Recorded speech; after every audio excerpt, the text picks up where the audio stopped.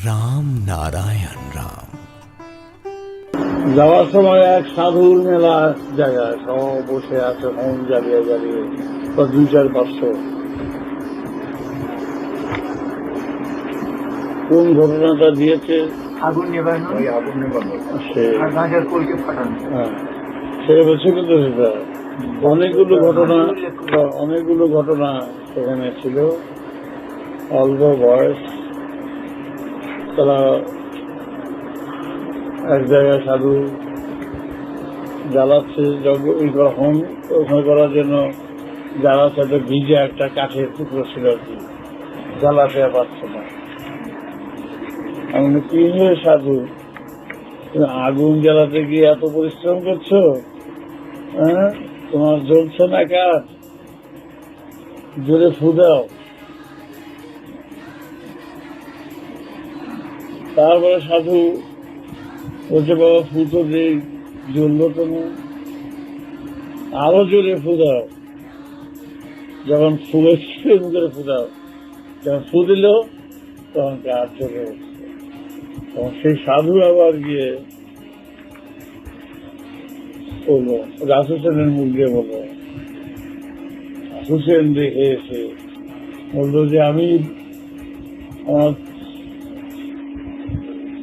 বাচ্চা ঠাকুরকে নিয়ে গেলাম নিজের ছেলের মতো, সার কাণ্ড কীর্তি কত সাধুর লোকে দেখলাম, এক এক সাধুর জায়গায় এক এক রকম। একজন সাধু খুব এর মধ্যে খুব পাকা, সে বলল, সে হাত জোর করে বসে আছে, আমি খুঁজে বেড়াচ্ছি, কিন্তু আমি অতল তল পাচ্ছি না বাবা। তোমার যত ডুবতে গেছি ডুবলি হয়ে, ততই দেখছি অতল। তুমি কৃপা করো, এইভাবে আর জীবন কাটাতে ইচ্ছা করছে না, পরপারের সন্ধান করে দেওয়া। অনেকগুলো সব কথা বলেছি, কোন কথা? আগুন নেবানো বলে, হ্যাঁ,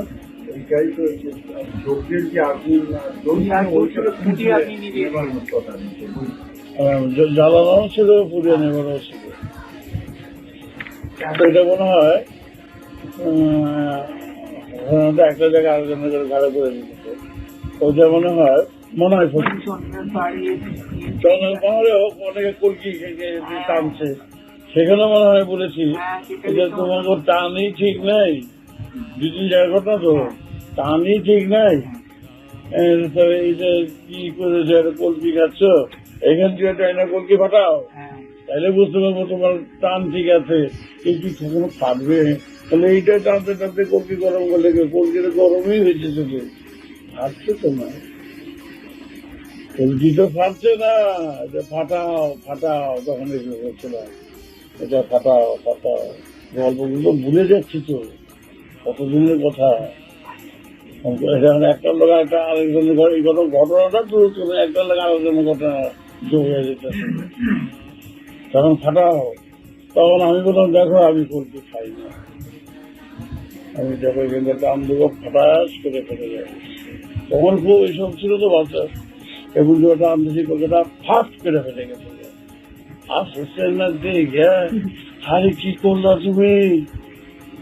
তুমি যে কি করলা, কলকি ফাটাই দিলে দিকে। আমি কলকিটা এইটা ফাটাতে গেলে আরো জোর ফাটাচ্ছে, আরো জোর টান দিতে হয়, তাহলে এইটা ফাটবে, তারপর তো এইটা ফাটবে। দুইটা আজ্ঞা চাকরা সহজটা দুইটা ফাটাতে গেলে আরো টান বেশি দিলে এই দুটো ফাটে। ওদের তো কলকির উপর দিয়ে গেল, সেই জন্যই শিব কি কলকি দেখাইছে, তিনি কলকি দেখাইয়া যা হচ্ছে সিদ্ধি, তো সিদ্ধি লাভ করতে গেলে কেমনে টান দিতে হয় সেটা দেখাইছে। কলকিতে সিদ্ধি লাভ করতে গেলে সিদ্ধি লাভ হয়, রাজার নাম হচ্ছে সিদ্ধি লাভ করতে দেখাইতে গিয়ে কেমন টান দিতে হয়, জোর টান দিয়া ফাটিয়ে দিচ্ছে। তাহলে মহাপ্রভু তোমরা কলকির নদী হয়ে গেলা, কলকির পাশে একেবারে আরো রসা চলে যাচ্ছ। আর শিবের শুধু কলকিটাই নিলা বাইরে শিব টান দিতে এই কলকি আর এই কলকি। সহজটা তো আগুনের জায়গা, এই আগুন তো ধপাস ধপাস করে জ্বলতেছে, এই সূর্যের মধ্যে জ্বলে, এই সহস্রের মধ্যে জ্বলতে শুরু করছে। আর এই কলকি দিয়ে এমন টান দিচ্ছে আটকা চক্রে। কলকিটা হলো ওই জিওগ্রাফি মানচিত্র, মানচিত্রটা ধরাইয়া দেখাইছে। হ্যাঁ, একটানে শীত দিলাম, মানে খাইতে গেলে তো লাভ হয়ে গেল, সিদ্ধ বস্তু কি সিদ্ধি হইল, আরাধ্য বস্তু সিদ্ধ হইল, সিদ্ধি হয়ে গেল, কাম ঠিক হয়ে গেল। এই টান দিতেছি। আর তোমরা শিবের ভরণটাই নিলা, ভরণটা যে গরমের জন্য, সেটা কিন্তু নিলা না। ছাই মাখতাছ শ্মশানে, মাখতে মাখতে শেষ হয়ে গেল। আর শিবও ছাই মাখছে, দেখে দিতে ছাই, এক মুঠ ছাই, আর এই দেহটা এক মুঠের ছাই, এক মুঠ ছাই। এই দেহটা পুড়লে এক মুঠ ছাই হয়, এটাই বুঝিয়ে দিয়ে গেছে। সুতরাং তিনি এটা মানচিত্রে ওইটা সবাইকে দেখাচ্ছি।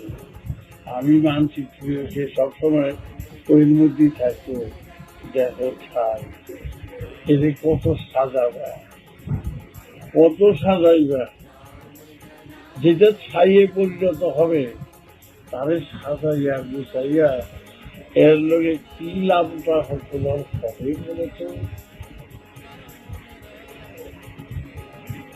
যতটুকু প্রয়োজন, আগুন যখন জ্বলতে থাকে ছাইয়ের মধ্যে তো আগুন থাকে, আগুন নিবেলে তো জল দিতে হয়, সেই জলটা একটু দেওয়া দরকার। এই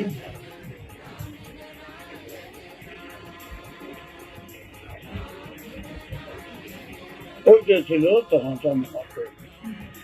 বলি। আরো কথাবার্তা অনেক হয়েছিল, সব কথা কি মনে থাকে নাকি? সেও আছে, এত ডিটেলস হবে বলি বলা হয়, সেও যা যা কথাতে আরো কত কথা সেখানে হয়েছে। এক একজন এক এক রকম, এক মাথা চিল্লকে দেখা, মাথা চিল্লকে দেখা, ওটা সব ঘটনা তো হলে গেলে একটা ঘটনা হয়েছে, ঘটনা দিয়েছে, আবার চারটা ঘটনা মাইনাস শেষ। এক মাথা দিয়েছিল, তখন এক মাথা দিয়ে একটা ঘটনা যখন মনে বসে বলেছে, আবার দ্বিতীয় ঘটনা মনে নেই, বলতে খেয়াল নাই, সময় ছিল না। একটা জায়গায় গেলে কি সব জায়গায় সব কথা বলা যায়, যেটা যেটা মনে পড়ে সেটা দিতে। এখান থেকে হাইটে গেলে আরে ওই কারখানা, হ্যাঁ একটা কারখানা ছিল, বলে ওই জায়গাটা এরকম ছিল, দেখা গেছে, বলা হবে না। তার জন্য এই ঘটনাটা তুমি দিয়ে ঘটনা সাজাতে পারো। হ্যাঁ, রসের ঘটনা আছে। একটা তার পাশে কয়েকজন সবাই ছিল, মানে তাদের যে নাটক, নিজে নাটক লিখছেন নরেন্দ্র বলদার চৌধুরী, নরেন্দ্র রায় চৌধুরী, তারপরে 10-12 জন মহিলা থাকতো, তাদের লিখিত সেই রক্ষণাবেক্ষণ করতো, তার নাটক নিজে লিখতেন, নিজে নাটক করতেন। কিন্তু নিগমানন্দ সরস্বতী তিনি নিয়ে আসলেন, লিখতে পারবেন, অসুবিধা কিছু নেই। নিগমানন্দ সরস্বতীকে তিনি নিয়ে আসলেন। তিনি একটা ইচ্ছা হলো, এতদিন আমি এত স্বীকার করেছি, তিনি বক্তার ছিলেন, কুস্তিগীর ছিলেন এবং কালেক্টর ছিলেন। কালেক্টর সংগ্রহ, সমস্ত রাজার বাড়িতে গিয়ে নানা রকম সংগ্রহ করত, মিউজিয়াম, এইটার নেশা ছিল। এবং খুব পাঞ্চুয়াল টাইম মেনটেন করছে, এবং গার্ডেনের কি বলে, হ্যাঁ, বোটানিক্যাল, খুব দক্ষ ছিলেন। 13 কালচার অফ বেঙ্গল করে কয়েকজনের মধ্যে সে 12-13 জন ছিলেন কালচারের। বিখ্যাত তার গার্ডেন ছিলেন। তখনকার গভর্নর পাঞ্চুয়াল টাইমের 1 মিনিট 2 মিনিট লেট করতে বলে তাকে ঢুকতে দেওয়া হলো না। এই ধরনের কড়া লোক ব্যক্তি ছিলেন জমিদার। অত্যন্ত এবং বড় জ্যোতিষও ছিলেন এবং খুব তার্কিক এবং সহজে কিছু মানতেন না। তার তর্কের মীমাংসা না আসা পর্যন্ত তিনি গোপানন্দ সরস্বতীকে তিনি নিয়ে 7-8 দিন রাখলেন, সমস্ত খরচ দিয়ে নিয়ে আসলেন। তার সাথে পাণ্ডিত্যে তিনি তার কাছে বহু গ্রন্থ, লক্ষ লক্ষ টাকার তার কাছে গ্রন্থ, মেধাবী শক্তি, তিনি অত্যন্ত মেধাবী ছিলেন। অনেক গ্রন্থ তিনি পাঠ করতেন। ওইভাবেই তার জমিদারির জীবনযাত্রা নির্বাহ করতেন। বন্ধু বান্ধব কিছুই নেই, ওনারা বলে যেত না। বান্ধবী আসলে অনেক, তাদের দিয়ে নাটক করাতেন, নিজে নাটক লিখতেন, তাদের দিয়ে নাটক লিখে দেখতেন। খুব লেখার ক্ষমতা ছিল, কিন্তু বাজারে তার কোনো কারো সম্পর্ক রাখতেন না। ওই বই পড়তেন, মিউজিয়াম দেখতেন, ভুটানে ওই গার্ডেন, রেয়ার গাছ, সেই মরুভূমির গাছ থেকে আরম্ভ করে সেখানে সে গাছ করেছে। গোপানন্দ সরস্বতী থেকে বাপটি চলছিল, তার পোশাক করে তিনি নাম করা একজন সাধক ছিল।